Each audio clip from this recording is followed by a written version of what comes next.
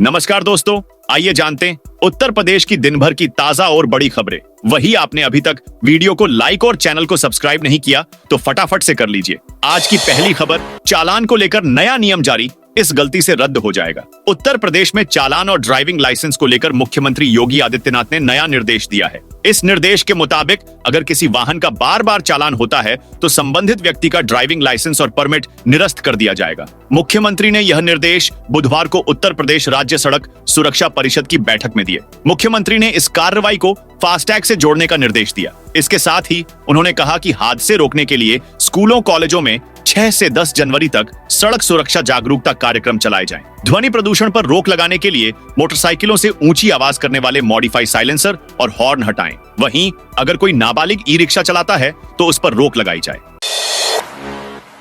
नए वर्ष पर योगी सरकार ने किसानों को दी बड़ी सौगात। किसानों की मदद के लिए उद्यान विभाग में विभिन्न योजनाएं चलाई जा रही हैं, जिसके माध्यम से किसानों को फल, फूल, मिर्च, मसाले, बागवानी, कृषि यंत्र, बीज और ग्रीन हाउस लगाने के लिए 50% तक अनुदान दिया जाएगा। बलरामपुर जिले में करीब 1000 किसानों को इस योजना से लाभान्वित करने का लक्ष्य रखा गया है। परंपरागत खेती छोड़ किसान अगर फल, फूल, मिर्च, मसाले, बागवानी की खेती करते हैं तो उन्हें बेहतर मुनाफा मिलेगा। नए साल पर इन सरकारी कर्मचारियों की बल्ले बल्ले। एमएसएमई विभाग के जारी शासनादेश के तहत कर्मचारियों को वर्दी की खरीद, नवीनीकरण और धुलाई के लिए मिलने वाले पैसे को बढ़ा दिया गया है। सरकार के इस कदम से जिससे कर्मचारियों को बड़ी राहत मिलेगी। एमएसएमई विभाग के जारी शासनादेश के मुताबिक अब कर्मचारियों को वर्दी खरीदने के लिए 1020 रुपए मिलेंगे, जबकि पहले वर्दी खरीदने के लिए कर्मचारियों को 680 रुपए मिलते थे। इसके अलावा रेनकोट की खरीद के भत्ते में 250 रुपए बढ़ाकर अब 750 रुपए कर दिया है, जो पहले 500 रुपए था।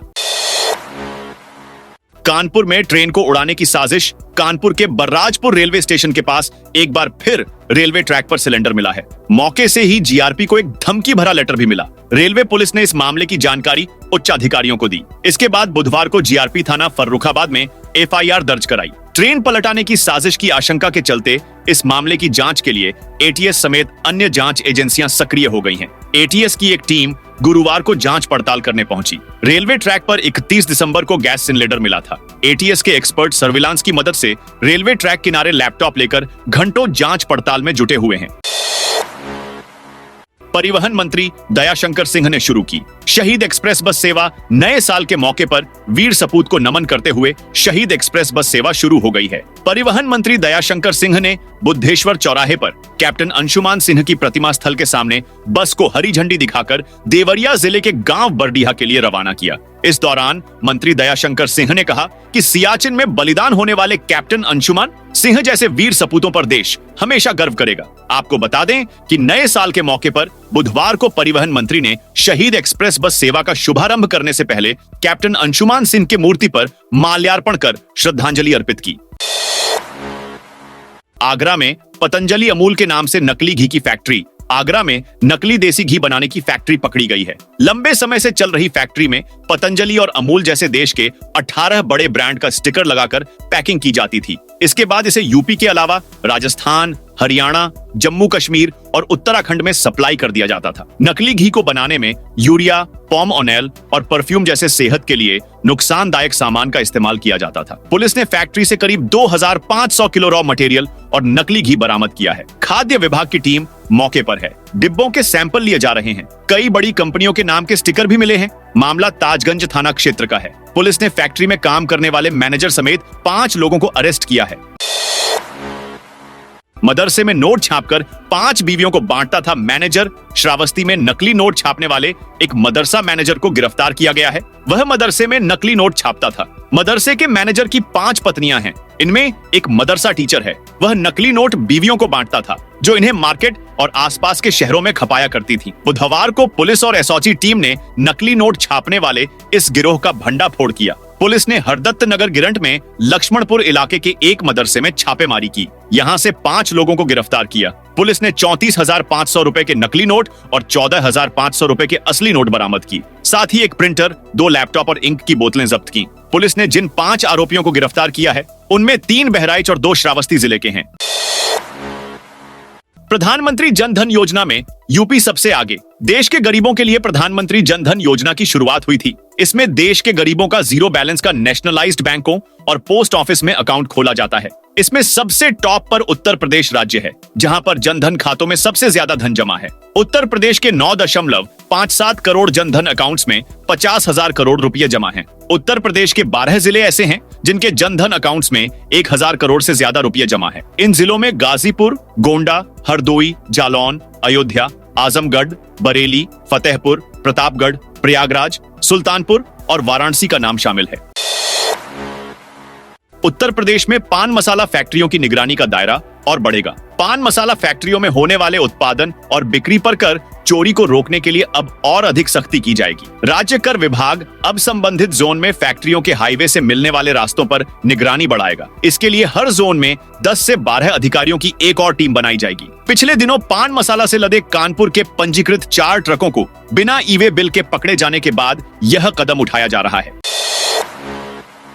खाद्य प्रसंस्करण उद्योग से नए साल में 15,000 महिलाओं को मिलेगा रोजगार। खाद्य प्रसंस्करण उद्योगों को बढ़ावा देने के लिए राज्य सरकार ठोस कदम उठा रही है। ग्रामीण और शहरी क्षेत्रों की महिलाओं, उद्यमियों और युवाओं के आर्थिक सशक्तिकरण के लिए प्रधानमंत्री सूक्ष्म खाद्य उद्योग उन्नयन योजना के अंतर्गत राज्य सरकार ने उल्लेखनीय उपलब्धियां हासिल की हैं।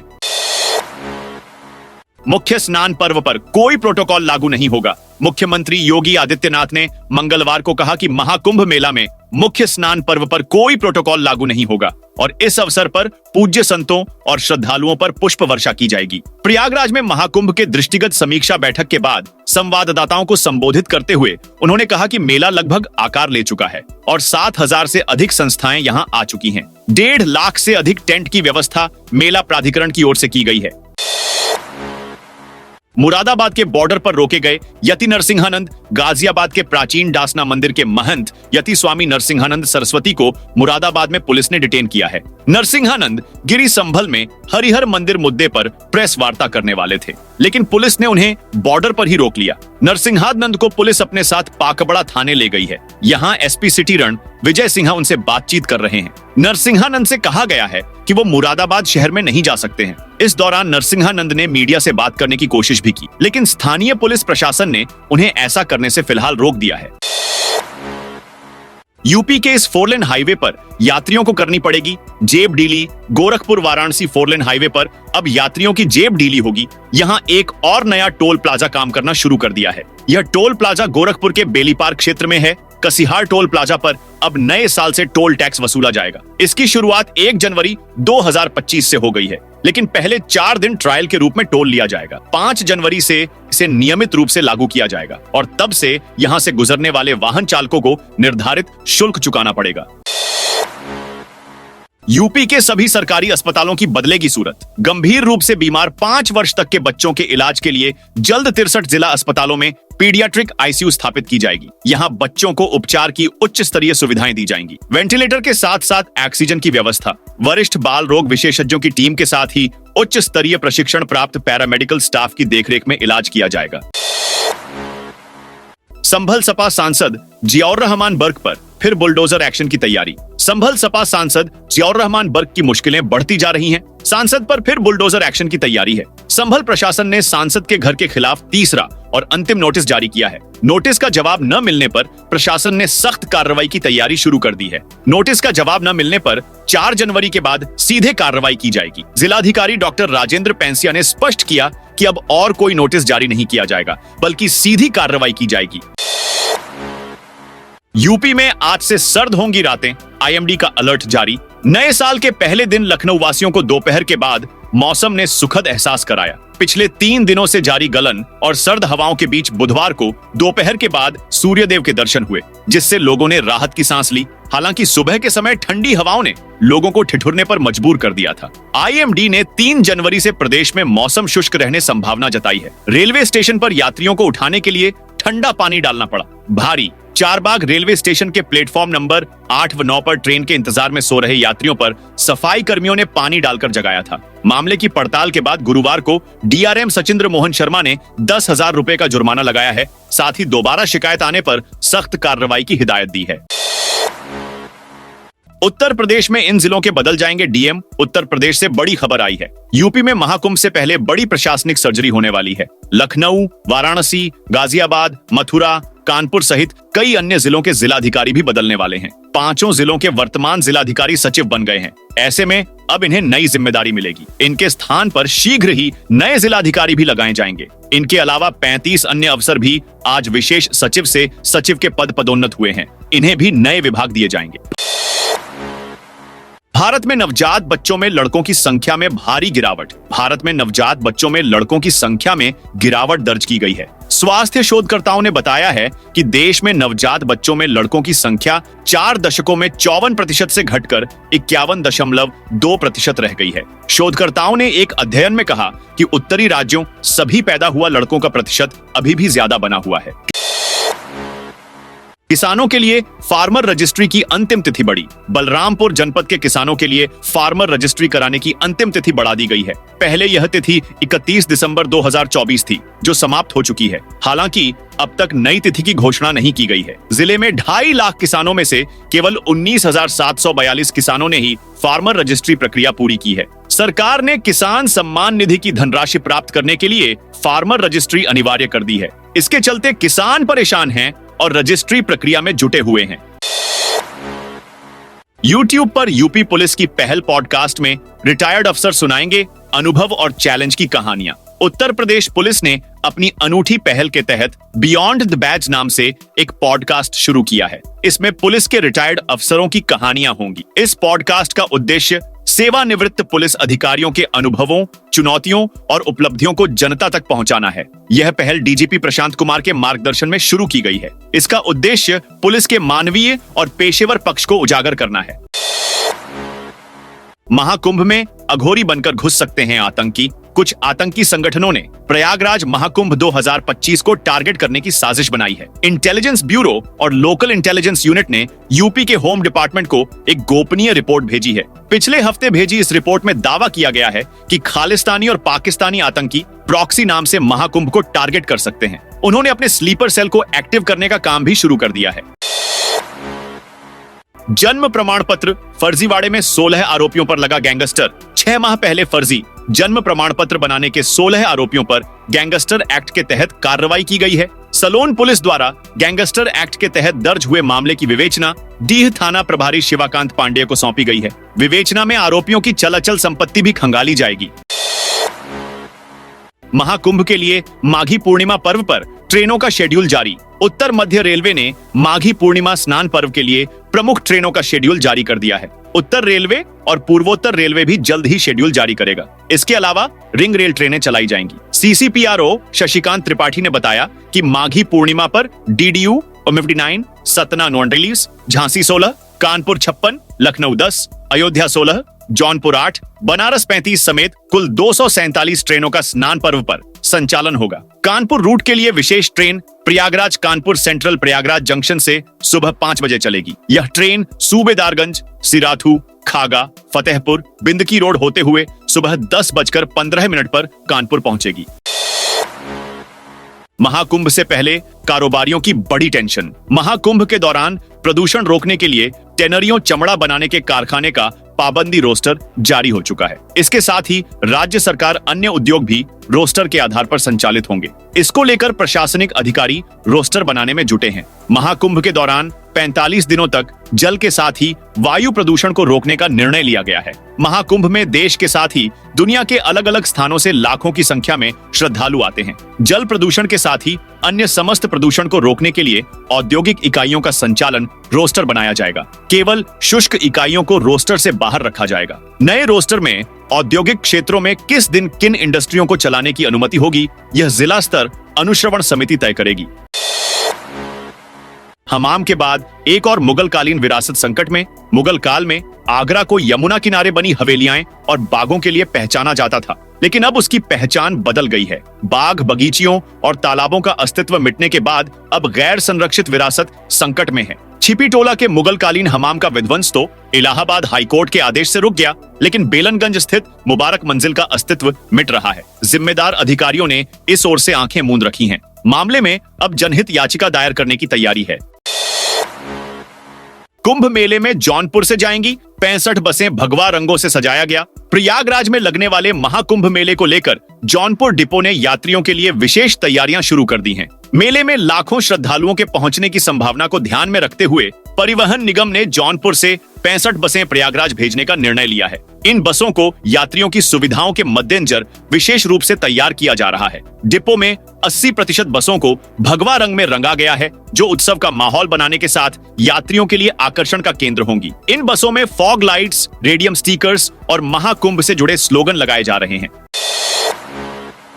किसानों को लेकर केंद्र सरकार ने लिए 3 महत्वपूर्ण फैसले। नए वर्ष पर केंद्रीय कैबिनेट द्वारा किसानों के हित में लिए गए 3 महत्वपूर्ण फैसलों पर प्रदेश के कृषि मंत्री सूर्य प्रताप शाही ने प्रधानमंत्री नरेंद्र मोदी का आभार व्यक्त किया है। श्री शाही ने बताया कि केंद्रीय कैबिनेट ने नए वर्ष के पहले दिन ही किसानों के हित में 3 महत्वपूर्ण निर्णय लिए हैं, जो किसानों को आर्थिक रूप से सुदृढ़ करने की दिशा में मील का पत्थर साबित होगा। 3 महत्वपूर्ण फैसलों में पहला, डीएपी खाद के लिए 1350 करोड़ रुपए की अतिरिक्त सब्सिडी दिए जाने का निर्णय है, जबकि दूसरे फैसले के तहत प्रधानमंत्री किसान सम्मान निधि के दायरे को बढ़ाने का निर्णय किया गया है। मनु भाकर और वर्ल्ड चैंपियन डी गुकेश सहित 4 एथलीटों को मिलेगा ध्यानचंद खेल रत्न अवार्ड। ध्यानचंद खेल रत्न अवार्ड का ऐलान कर दिया गया है। खेल मंत्रालय ने यह जानकारी दी। खेल मंत्रालय ने बताया कि ओलंपिक मेडल विजेता मनु भाकर और शतरंज वर्ल्ड चैंपियन डी गुकेश सहित 4 एथलीटों को ध्यानचंद खेल रत्न पुरस्कार मिलेगा। मनु भाकर और वर्ल्ड चैंपियन डी गुकेश के अलावा हरमनप्रीत सिंह और पैरा एथलीट प्रवीण कुमार को भी ध्यानचंद खेल रत्न अवार्ड से नवाजा जाएगा। मेजर ध्यानचंद खेल रत्न अवार्ड देश का खेलों में सर्वोच्च सम्मान है। इसके अलावा खेल मंत्रालय ने अर्जुन अवार्ड के लिए 32 खिलाड़ियों को चुना, जिसमें 17 पैरा एथलीट है। चौंकाने वाली बात यह है कि अर्जुन अवार्ड के लिए चुने गए 32 खिलाड़ियों में एक भी क्रिकेटर शामिल नहीं है। बीजेपी विधायक पर गोलीबारी। लखीमपुर खीरी में भाजपा विधायक सौरभ सिंह सोनू पर फायरिंग की घटना सामने आई है। घटना तब घटी जब विधायक अपनी पत्नी के साथ सुबह की सैर पर निकले थे। हमलावर वारदात के बाद गोलियां चलाते हुए मौके से फरार हो गए। यह पूरी घटना विधायक के घर से महज 100 मीटर की दूरी पर हुई। संभल की ऐतिहासिक बावड़ी में 25 फीट की खुदाई के बाद रोका गया काम। संभल के मोहल्ला लक्ष्मणगंज की बावड़ी में पिछले 13 दिनों से खुदाई चल रही है। करीब 25 फीट खुदाई अब तक हो चुकी है और दूसरी मंजिल दिखाई देने लगी है। बुधवार को एसआई की टीम ने जब अंदर जाकर जांच की तो उसे खतरे के संकेत मिले। इसके बाद मजदूरों के अंदर जाने पर रोक लगाते हुए खुदाई रुकवा दी गई है। गोरखपुर में 133 करोड़ की लागत से बनेगा ओवरब्रिज। गोरखपुर के डोमिनगढ़ में 4 लेन ओवरब्रिज निर्माण को हरी झंडी मिल गई है। 133 करोड़ रुपए की इस परियोजना के लिए प्रशासनिक और वित्तीय मंजूरी के साथ 46,41,141 रुपए जारी कर दिए गए हैं। अधिकारियों ने भरोसा दिलाया है कि जल्द ही निर्माण कार्य शुरू होगा। छात्रों ने घर घर जाकर शुरू किया सेवा योजना कार्यक्रम। बुलंदशहर में औरंगाबाद के अमर सिंह इंटर कॉलेज में राष्ट्रीय सेवा योजना के विशेष शिविर के दूसरे दिन युवाओं ने स्वच्छता और जन जागरूकता का संदेश दिया। सुबह के सत्र में प्रार्थना के बाद स्वयं सेवकों ने गांव की नालियों की सफाई की। साथ ही स्वयं सेविकाओं ने घर घर जाकर ग्रामीणों को साफ सफाई और गंदगी से होने वाली बीमारियों के बारे में जागरूक किया। एम्स गोरखपुर में कैंसर रोगियों को मिलेगी रेडियोथेरेपी की सुविधा।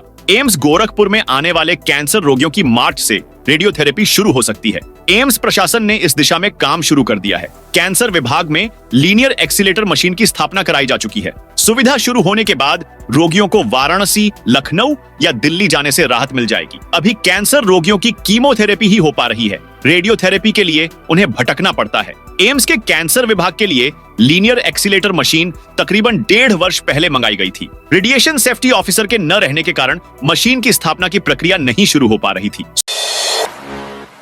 सोनाभद्र में हर घर नल जल योजना में भ्रष्टाचार, ग्रामीणों को मिल रहा गंदा पानी। शक्तिनगर परिक्षेत्र के म्योरपुर ब्लॉक की ग्राम पंचायत चिलकाडाइंड के निमियाडाड बस्ती में केंद्र सरकार की अति महत्वाकांक्षी हर घर नल जल परियोजना में भारी भ्रष्टाचार उजागर हुआ है। संविदा फर्म और विभागीय अधिकारियों की लापरवाही के कारण योजना के लाभ से ग्रामीण वंचित हैं। बस्ती में नलों से स्वच्छ जल की जगह मटमैला और मिट्टी युक्त पानी सप्लाई हो रहा है, जो पशुओं के पीने योग्य भी नहीं है। ग्राम वासियों का कहना है कि नलों से पानी का समय तय नहीं है और जब पानी आता भी है तो वह इतना गंदा होता है कि किसी भी काम में उपयोग नहीं किया जा सकता। ग्रामीणों ने आरोप लगाया कि संविदा फर्म ने पाइपलाइन तो बिछा दी, लेकिन पानी की गुणवत्ता जांचने और समस्याओं को दूर करने के लिए कोई अधिकारी नहीं आ रहा।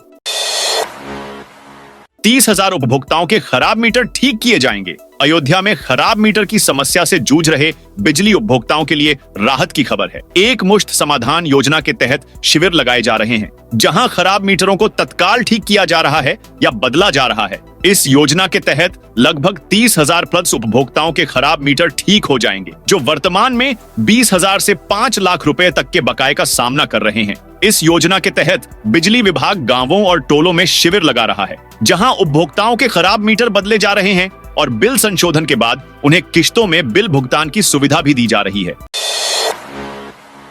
यूपी के 31 डॉक्टरों पर होगी कार्रवाई। यूपी के सरकारी अस्पतालों में तैनाती के दौरान लेवल 1 के डॉक्टरों को पोस्ट ग्रेजुएट की पढ़ाई की अनुमति दी गई। इसके लिए बांड भी भराया गया, लेकिन प्रदेश के 31 डॉक्टरों ने बांड नियमों का उल्लंघन किया। डिप्टी सीएम ब्रजेश पाठक ने डॉक्टरों की मनमानी व सरकारी नियमों की अनदेखी पर कड़ी नाराजगी जाहिर करते हुए डॉक्टरों पर कार्रवाई करने के निर्देश दिए हैं। मुंबई जयपुर में तैयार होते थे नकली हाई सिक्योरिटी नंबर प्लेट। फर्जी हाई सिक्योरिटी नंबर प्लेट की जांच कर रही गोरखपुर पुलिस को बरगलाने वाले संजय गर्ग के मोबाइल फोन की मदद से पुलिस ने असली सरगना का नाम खोज लिया है। जांच में पता चला है कि जयपुर का मूल निवासी एक युवक ही गिरोह का सरगना है और वह मुंबई में भी रहता है। जयपुर और मुंबई से ही फर्जी नंबर प्लेट का धंधा पूरे देश में चलाया जा रहा है। कॉम्प्लेक्स के नीचे दब गया 140 साल पुराना शिव मंदिर। हुसैनगंज में मंदिर के ऊपर कॉम्प्लेक्स बन गया और एलडीए के जिम्मेदार अधिकारियों को इसकी भनक तक नहीं लगी। अब शिकायत के बाद मामला सुर्खियों में आया तो लखनऊ विकास प्राधिकरण ने इसकी जांच शुरू की है। हालांकि मानचित्र स्वीकृति और अन्य अभिलेख न मिल पाने के कारण अभी कुछ स्पष्ट नहीं हो पाया है। अंबेडकर नगर में धान खरीद की रफ्तार सुस्त। अंबेडकर नगर में धान खरीद शुरू हुए 2 महीने हो गए। अब तक लक्ष्य का करीब 63% खरीदा गया, लेकिन धान की उठान न होने के कारण कई जगहों पर बोरा और भंडारण की समस्या होने के कारण धान खरीद प्रभावित हो रही है। कई केंद्रों पर भौतिक रूप से खरीद के अनुरूप धान भी उपलब्ध नहीं है, लेकिन मिलर कागजी कार्रवाई कराकर धान खरीद का लक्ष्य पूरा करने में जुटे हैं। कानपुर चिड़ियाघर में टूटा 5 साल का रिकॉर्ड। नए साल 2025 के पहले दिन चिड़ियाघर वन्य जीव प्रेमियों से खचाखच भरा रहा। जू में 12,000 दर्शकों ने वन्य जीवों का दीदार किया। 4 दिन बाद निकली धूप में वन्य जीव भी बाड़े के बाहर धूप सेंकने बैठे तो दर्शक रोमांचित हो उठे, खासकर नन्हे मुन्ने बच्चे। 1 जनवरी को चिड़ियाघर की रौनक देखने वाली थी। राहुल गांधी केस में अगली सुनवाई 10 जनवरी को। आज सुल्तानपुर की एमपीएमएलए की विशेष कोर्ट में नेता प्रतिपक्ष और रायबरेली सांसद राहुल गांधी के मानहानि मामले में सुनवाई हुई। कोर्ट ने जिरह पूर्ण न होने पर जिरह जारी रखते हुए सुनवाई की अगली तिथि 10 जनवरी नियत की। राहुल गांधी ने 2018 में कर्नाटक में चुनावी सभा के दौरान अमित शाह पर टिप्पणी की थी। सुल्तानपुर के भाजपा नेता ने राहुल गांधी पर केस दर्ज कराया था। पिछले साल फरवरी में राहुल गांधी को कोर्ट से जमानत मिली थी। जुलाई में राहुल ने कोर्ट में अपना बयान दर्ज कराया था। अब बदला बदला नजर आएगा अपना मेरठ। साल 2024 खत्म हो गया और अब नए साल यानी कि 2025 की शुरुआत आए गई है। यह साल मेरठ के लिए कई सारी खुशियां लेकर आया है। सरकार की 25 से अधिक योजनाएं धरातल पर उतरेंगी। इससे मेरठ से दिल्ली का सफर बेहद आसान हो जाएगा। इसी साल जून के महीने में रैपिड ट्रेन नमो भारत मोदीपुरम तक चलाई जाएगी। मेरठ ऐसा शहर बन जाएगा जहां पर हाई स्पीड रैपिड ट्रेन और मेट्रो दोनों चल जाएंगी। इसके अलावा प्रदेश के पहले मेजर ध्यानचंद खेल विश्वविद्यालय का भी इसी साल निर्माण पूरा हो जाएगा। वहीं जाम से निजात दिलाने के लिए ट्रैफिक प्रोजेक्ट पर भी इसी साल काम होगा। साल 2025 में मेरठ से प्रयागराज के बीच गंगा एक्सप्रेसवे के शुरू होने की उम्मीद है। वहीं रेलवे रोड से जैन नगर होते हुए बागपत रोड पर जुड़ जाएगा। इसके अलावा अन्य 1 दर्जन से अधिक योजनाओं पर काम होगा तो मेरठ बदला बदला नजर आएगा। अखाड़े में मुख्य पदों के संतों के पास 2 डिग्री होना जरूरी। संगम की रेती पर महाकुंभ 2025 में जुटे 13 अखाड़ों में से एक निर्मल अखाड़े की खास परंपरा है। यहाँ महंत, कोठारी, संत समेत अन्य प्रमुख पदों की जिम्मेदारी उन्हीं तपस्वियों को दी जाती है जिनके पास शास्त्री और ज्ञानी दोनों की डिग्री हो। संस्कृत में न्यूनतम शाखी और गुरु, ग्रंथ साहिब तथा दसम ग्रंथ आदि का अच्छा ज्ञान रखने वाले ज्ञानी ही कोर टीम में शामिल किए जाते हैं। इसके पीछे कारण है कि इस अखाड़े की स्थापना का इतिहास ही अध्ययन अध्यापन से जुड़ा है।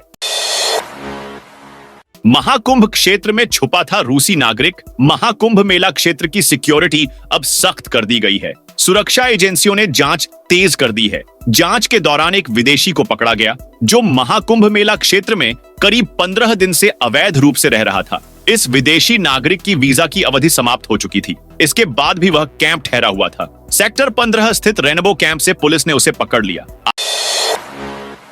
आगरा कोर्ट में कंगना रनौत पर फैसला। 9 जनवरी को बॉलीवुड एक्ट्रेस और हिमाचल प्रदेश की मंडी से बीजेपी सांसद कंगना रनौत आज भी आगरा की एमपी एमएलए कोर्ट में पेश नहीं हुई। कंगना के वकील भी पक्ष रखने के लिए नहीं पहुंचे। कोर्ट में बहस पूरी हुई। एडवोकेट और वादी रमाशंकर शर्मा ने कोर्ट में कहा, 3 बार नोटिस मिलने के बाद भी कंगना रनौत कोर्ट में पेश नहीं हुई है। उनकी तरफ से उनके वकील भी नहीं पहुंचे। इस पर कोर्ट ने आदेश दिया कि 9 जनवरी को कंगना को कोर्ट में तलब किया जाए। 9 जनवरी को कोर्ट अपना फैसला सुनाएगी।